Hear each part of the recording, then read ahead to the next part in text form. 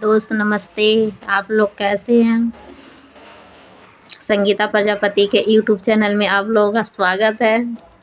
आशा करती हूँ मेरा गाना आप लोग पसंद करते होंगे। लाइक करिए, शेयर करिए। आप लोगों से यही विनती है। आज मैं विवाह गीत सुनाऊंगी जो शादी उदी में गाया जाता है। छोटी मोटी सीता हो सर्व गुण आगरी, लीपेली धर्म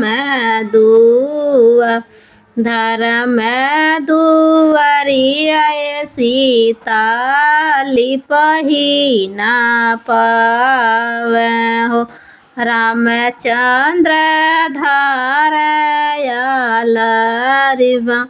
छोड़ा छोड़ा रामचंद्र मोरिया लरिबाहिया हो। आवही न कन्या कुआं जब मोरे पापा हो पौआ पखरी है हो। जब हो बरानी तू जब मोरे पापा हो पौआ पखरी है हो। तब हो बरानी तू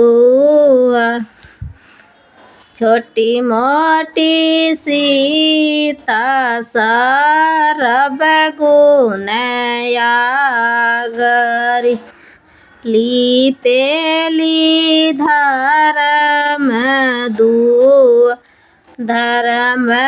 दुआरिया सीता लिपही ना पावे हो। रामचंद्र धारयालरि छोड़ी छोड़ी रामचंद्र मोरिया लरिबाहिया हो।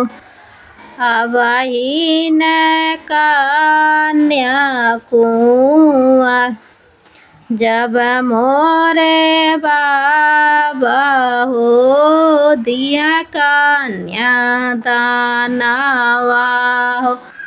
तब होई बरानी तू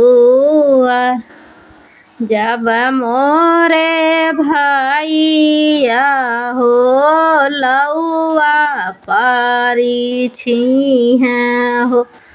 तब हो बरानी तू